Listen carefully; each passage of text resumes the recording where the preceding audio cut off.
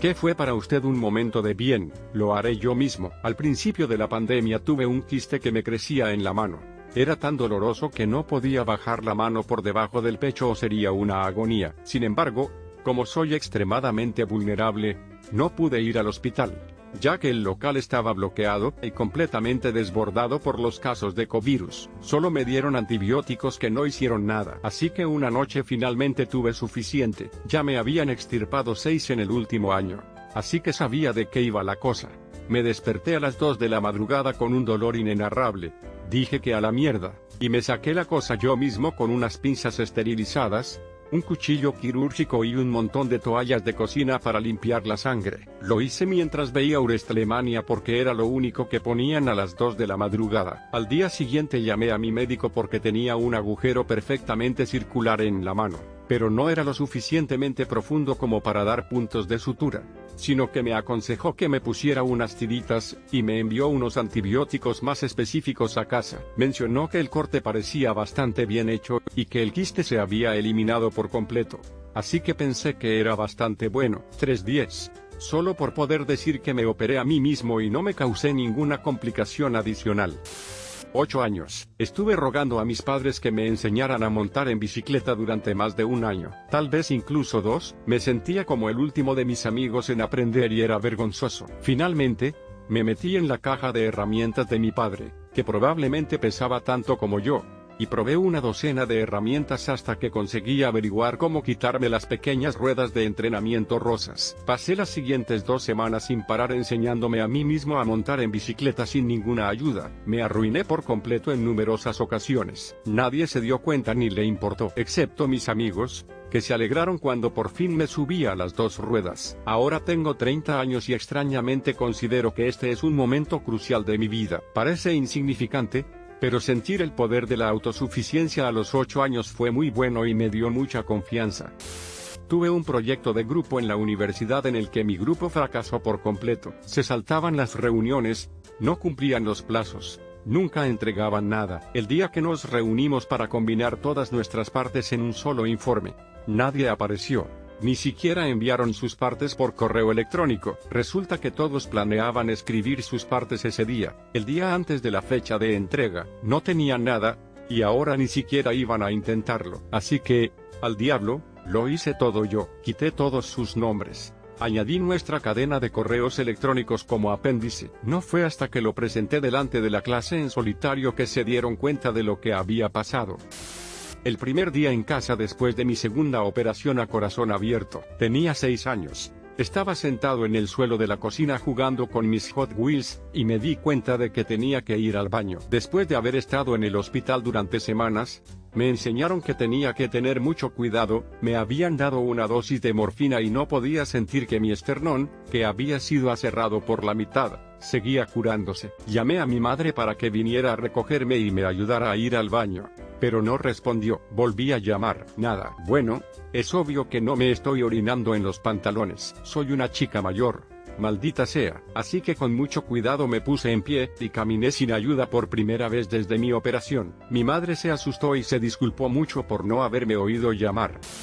Trabajaba en el servicio técnico de una empresa, ganando $12 la hora, haciendo pruebas internas de pre-alfa de un nuevo producto. Descubrí la causa del mayor problema que impedía que el producto funcionara correctamente, lo que en ese momento amenazaba el lanzamiento del producto. Se lo dije al ingeniero responsable, me ignoró. Más tarde, en una reunión de todos los empleados en la que se discutía el problema, volví a exponer mis conclusiones en presencia de todos los implicados, incluida la dirección. El ingeniero me dijo, ve a obtener un título de ingeniero, y luego dime cómo hacer mi trabajo. Casualmente, ese día coincidía con el último día de matrícula abierta para el siguiente semestre en mi universidad local. Dejé mi trabajo, pedí los préstamos estudiantiles y me puse a estudiar a tiempo completo. Ahora tengo un título de ingeniería eléctrica, y un salario de 6 cifras en la automatización de fábricas en empresas como Tesla. Nunca me tomé la molestia de volver a decirle a ese tipo cómo hacer su trabajo. Tenía una cita con el dentista para extraer un diente podrido. Me presenté, hablé con la dentista, me adormeció con un anestésico local, y se puso a trabajar con sus alicates. Tiró, y tiró, y tiró un poco más. No pasó nada. Vale la pena mencionar que ella era muy pequeña, tal vez 1,70 metros. Dijo que vería si podía encontrar a una colega más fuerte. No hay problema, le dije, déjame intentarlo. Vale. Así que volvió a ponerme el alicate en el diente, y yo murmuré y bromeé, ¿estás absolutamente segura de que es el correcto? Sí, dijo ella. Así que cogí con cuidado los alicates mientras ella los soltaba. Echó otro vistazo a mi boca para asegurarse de que estaban agarrando el diente correcto. Y asintió. Tiré como un loco y mi diente salió. Incluso me hizo un descuento del 10% en la factura. No es una super locura, pero a los 25 años, llevaba años ahorrando para un coche. Vivía con mis padres y mi padre me había dicho que si ahorraba $2,000 me ayudaría a conseguir un coche. Lo ahorré fácilmente, pero cada vez que pedía ir a buscar un coche papá me decía que tenía que demostrar que podía conservar ese dinero, lo cual, por supuesto, no podía porque me hacía pagar las facturas médicas y los costes de los medicamentos, es decir, es justo que sea un adulto. Pero solo ganaba 8,50 por hora en ese momento. Alrededor de ese tiempo mi hermano menor se graduó de la escuela secundaria. Mi padre y mis tíos se unieron, compraron y le regalaron sin condiciones una vieja furgoneta. Yo estaba furioso, así que arrastré a mi padre a un concesionario y me compré mi primer coche. Pedí un préstamo y todo. Mi padre siempre había tratado de aturdirme mientras crecía, pero ya había dejado de ser un niño. Tenía 25 años. Por el amor de Dios, estaba muy enfadado porque no quería que me endeudara, pero no le importaba. Ahora tengo 31 años, con mi segundo coche que compré nuevo, y tengo un gran crédito. Todo porque mi hermano consiguió un coche gratis y yo quería fastidiar a mi padre.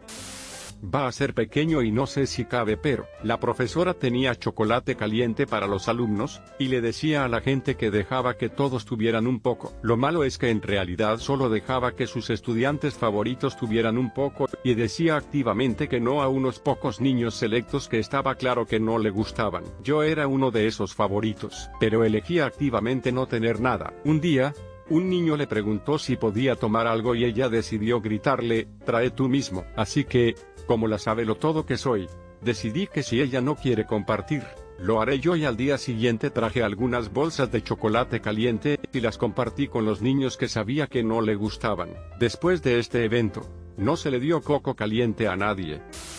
Cuando era un niño me dijeron que no entraría en el equipo universitario del instituto, y lo hice. Me dijeron que mi vida en el béisbol terminaría allí, y no fue así. Luego, como estudiante de primer año de la universidad, me dijeron que ese era el final del béisbol, y no fue así. Sé que algunas personas se desaniman por la negatividad, pero a veces se construye un chip tan grande en el hombro que no tienes otra opción que llevar la carga, y llevarla como una insignia de honor.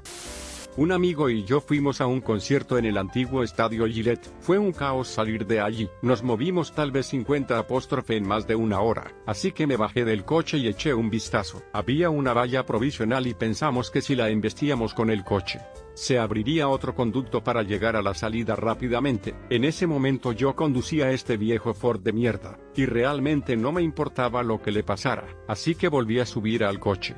Le dije a mi amigo, ¿estás listo? Y conduje directamente hacia la valla. Se bajó fácilmente. Iniciamos nuestro propio camino hacia la salida, y estuvimos en la autopista en 10 minutos. Había literalmente un camino de coches detrás de mí una vez que saqué la valla. Volvimos a casa de mi amigo. Nos fuimos a dormir y al día siguiente inspeccioné el coche al levantarme. Los únicos daños del coche fueron 2 pequeños arañazos en el parachoques delantero, que se sumaron a los numerosos arañazos que ya tenía. 10 volvería a embestir una valla con mi coche. Pasar por una depresión severa, 2 terapeutas horriblemente malos, un par de pastores horribles, fundamentalismo horrible. Finalmente dije, a la mierda.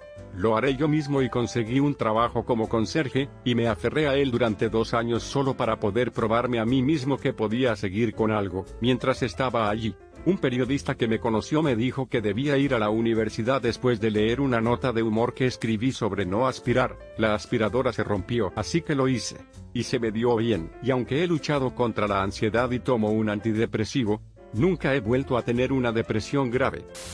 Esto pasa mucho en el trabajo. Trabajo en FedEx, así que movemos muchas cajas. Ya no cargo remolques desde que me dieron un ascenso, pero muevo cajas especiales por el edificio. Las cajas que movemos pueden ser cualquier cosa. desde un material corrosivo hasta un marco de cama o una alfombra. Tenemos 5 áreas a las que movemos esas cajas. Había un área que nadie estaba cubriendo debido a la cantidad de flujo que va allí.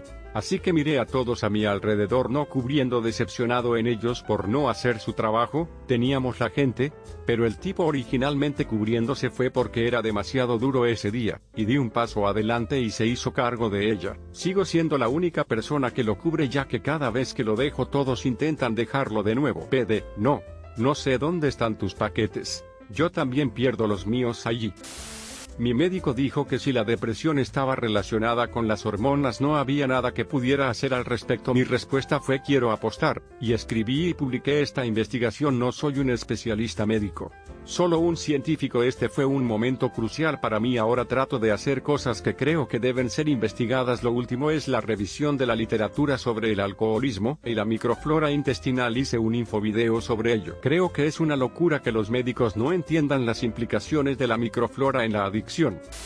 Esto fue después de un viaje a la consulta del médico para que le quitaran los puntos. Los puntos estaban en la barbilla por un accidente deportivo. Era una cita a primera hora de la mañana para poder llegar al trabajo a tiempo. Mi médico de cabecera entra en la consulta moqueando y tosiendo, prepandémico, y tiene un aspecto realmente lamentable. Mientras se ocupa de mí, llama a su secretaria para cancelar el resto de sus citas del día. El tipo parece realmente miserable. Está distraído y a punto de darse la vuelta e irse a casa y meterse en la cama. No pienso mucho más en ello hasta que, después del trabajo, un compañero de deportes que estaba allí para el accidente le dice: creía que te iban a quitar los puntos hoy. Un momento y un espejo después resulta que sí, algunos de los puntos siguen ahí. El médico había cortado el nudo pero no los había quitado todos. Habrá unos días de retraso si programo una nueva cita. Los amigos comentan que los puntos ya están apretados, y que dejarán una cicatriz por el retraso. Así que al llegar a casa esa noche digo que a la mierda. Esterilizo un utensilio con una llama y resuelvo el problema yo mismo. Ahora tengo el estúpido, malo logro de haber quitado puntos de mi propia cara. Una navaja suiza realmente puede resolver casi todo. No es que importe, pero soy una mujer. La esposa tuvo un accidente de moto. Acabó en urgencias con la barbilla partida y algunas otras lesiones menores. Tuvo mucha suerte teniendo en cuenta todo. El médico entró y empezó a limpiarle la barbilla para preparar los puntos de sutura. La mitad de las luces estaban apagadas y había muchas sombras, así que cuando empezó a coger los instrumentos le pregunté si podía ver. Por supuesto, me aseguró. No sé por qué la mitad de las luces están apagadas, pero estaré bien. Mientras le veía coser la cara de mi mujer, entrecerraba los ojos y se acercaba mucho, etc. Porque era difícil ver, así que dije al diablo. Encendí la linterna de mi teléfono, me acerqué y le iluminé la barbilla de mi mujer. Dejó de entrecerrar los ojos al instante, me dio las gracias y terminó en unos 10 minutos. Teníamos 3 presupuestos, $2.750 para poner un revestimiento en una parte, $3.250 para poner un revestimiento en la mayor parte, y $8.000 para desenterrarlo, bajo nuestros suelos de madera y pizarra, y sustituirlo por uno de PVC. Eso no incluía ninguna reparación en los suelos después, solo hormigón sobre la abertura. Mi amigo me dijo que podía hacerlo yo mismo por menos de $1.000. Me prestó su martillo eléctrico y una sierra que utilicé para cortar el hormigón. Empecé a las 4 de un viernes por estas fechas el año pasado. Monté un toldo detrás de la puerta trasera donde vertí todo el hormigón y la tierra que había sacado. Había nevado 2 días antes, así que había unos 15 centímetros de nieve en el suelo todavía. Saqué toda la tubería, incluido un tramo hasta un viejo desagüe de inodoro que salía por un lado y subía por la pared. El domingo al mediodía llegué al punto en el que puse una amoladora angular en la tubería y empecé a cortar el punto de no retorno. Quité las líneas horizontales y verticales en poco tiempo. Medí y corté el nuevo PVC,